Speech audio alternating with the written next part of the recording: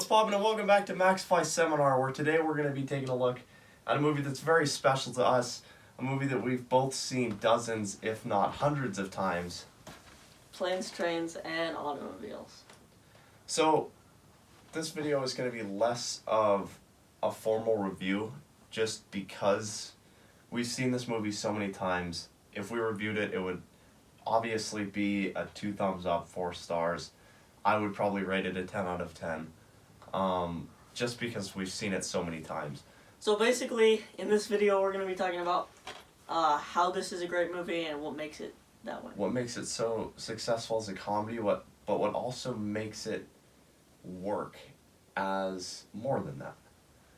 So, Planes, Trains, and Automobiles follows Steve Martin's Neil Page as he tries to get home for the Thanksgiving holiday. And along the way, he runs in with John Candy's character, Del Griffith, in some road trip wackiness, we'll say. So the first thing I think we should talk about is the chemistry between the two stars, between Steve Martin and John Candy, is absolutely electric. It's maybe the best chemistry I've ever seen of a comedy duo, and two actors, two comedians that have wildly different styles too outside of this movie. And you would think, like a lot of times when two massive comedians come together like this, they kind of clash and they're afraid to really work together with each other. But here they just are bouncing off each other left and right, and it really works. Yeah, because Steve Martin's able to play this irritable guy, and then Del Griffith just kind of, or I should say, John Candy. John Candy just plays pretty much himself. Yes, and it's an excellent dynamic between the two, and I think that what it comes out to is two of their strongest, if not each of their strongest performance of all time. Speaking of John Candy's acting, this is a movie where he begins to stray away from comedy, and it is a bit of a more serious role. Definitely. Although, I mean, he certainly is hilarious in this film. Some unforgettable moments. A bit with a car going the wrong way down a highway. I could go on forever on these different parts in the film, but he does slip in some more dramatic acting chops, which is something we only saw him do in this movie, and then again one more time in JFK before his early death. And I think his career would have probably gotten more serious and kept going in this serious direction as opposed to comedy if he would have lived longer. Certainly. I think so. I think he would have very much done something similar to what Jonah Hill is now doing, where he started off as kind of a comedic character in a serious movie with Wolf of Wall Street, and now is becoming a very dramatic actor. Like in Maniac. Yeah, like in Maniac. And Adam Sandler is also trying to do this, but every time he does a serious role, it pretty much tanks, and that locks him back into doing comedy. It seems like it, yeah. So speaking of Adam Sandler, Max and I have thought about it, and we figured out there's pretty much 2 types of comedy movies, and this one is the good kind. So yes, so pretty much a comedy movie that keeps you entertained and excels more in its humor is one that is driven by its narrative, where you get to the funny parts of the movie through an organic story. Like, take for instance The Hangover, where you get into these little conundrums and comedic situations because of the character's situation of trying to figure out what happened to their friend and being driven by this central purpose. But then on the other hand, you can take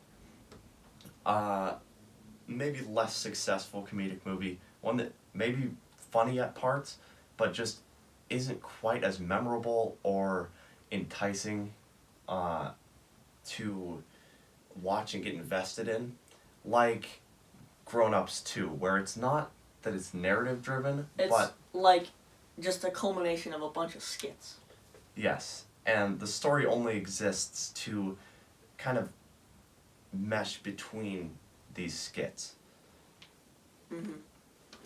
You see that a lot in Deuce Bigelow as well. Yes, a lot of Happy Madison films, with some exceptions of course, are very much that type 2 comedy where the narrative is only there to string between different pieces of humor. But Planes, Trains, and Automobiles is undeniably the first type, where this movie is grounded in an excellent story and a compelling narrative that even gets deeper at times and has you questioning how you treat other people. And so its comedy is, as Gene Siskel said on At the Movies, the comedy of this movie is derived from truth, which I think sums it up really well. In addition to it being a dip into the more serious or more dramatic for John Candy, it's also a dip into the more serious for writer and director John Hughes, who I talked about before in my Ferris Bueller video, has trouble kind of getting all the way into that depth and seems to want to restrain himself from getting into heavier themes. But here you kind of see him getting a little bit more into that, and I think this movie kind of marks a point in his career as a director where he reached kind of a peak of how serious he wanted to go, and at the same time he reached that peak, I think he also peaked in storytelling, and this movie peaks in his overall filmography. Speaking of peaking, this is probably the peak road trip movie that I can think of. Definitely. And it's just kind of, it kind of embodies what it's like to be stuck with someone. And it helps, like, there's a lot of movies that are kind of based off this and draw from this movie. For example, Due Date with Zach Galifianakis and Robert Downey Jr. Definitely, I think this movie sets the stage for a lot of those kind of buddy movies where you have one character that's just incredibly sick of the other. Even in Bad Boys, to a certain extent, it lays the groundwork for that. And so there's no doubt this film was highly influential. But on the topic of best road trip movie, I think undeniably this is the best Thanksgiving movie as well. I mean, what do you have to compare it to? Freebirds? But this movie really is hilarious, and any movie that can have you just laughing and laughing throughout the whole runtime, but still have you tearing up at the end out of a genuine ending, is one that is definitely going to be intensely rewatchable. And it's no wonder we've seen it as many times as we have. And there aren't many movies that do that, and that's why it No. makes this one so Yes. important. And it's also, like, they were able to do that because it was that kind of type 1 comedy we were talking about, where the comedy is driven by the story. And it's a story that you can really care about, too. It's a story that everyone can relate to a certain extent, of that piece of being stuck with someone you don't want to be stuck with, but also the part about trying to get home for something or trying to get somewhere in a rush. And so overall, it's just an incredible movie, and it's a very well made comedic film, and I think it is my favorite comedy movie of all time. I completely agree with you there. I think it's definitely one of my favorite comedy movies, if not my favorite. Anyways, this has been a kind of informal Maxify seminar. I've been Max, I've been Blake. and we'll see you in the next one.